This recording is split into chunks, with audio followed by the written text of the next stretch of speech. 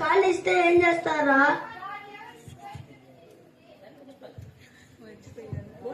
వీళ్ళందరూ చంపేసేలాగా ఉన్నారు కదా ఆయన్ని. ఏమో లేవే పాప అమాయకులు ఏదో తెలియక చేశారు, వాళ్ళనే మనకు. ఇంకా ఎన్ని రోజులని వీళ్ళతో వేగటం? తొందరగా పంపించేయండి.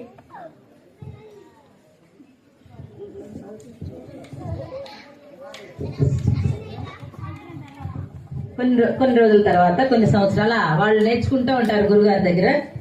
కొన్ని నెలల తర్వాత వాళ్ళు ఏం చేస్తారో చూడండి. వాళ్ళ గురువు గారికి ఒక మంచి బహుమానం ఇవ్వాలి అనుకుంటారు.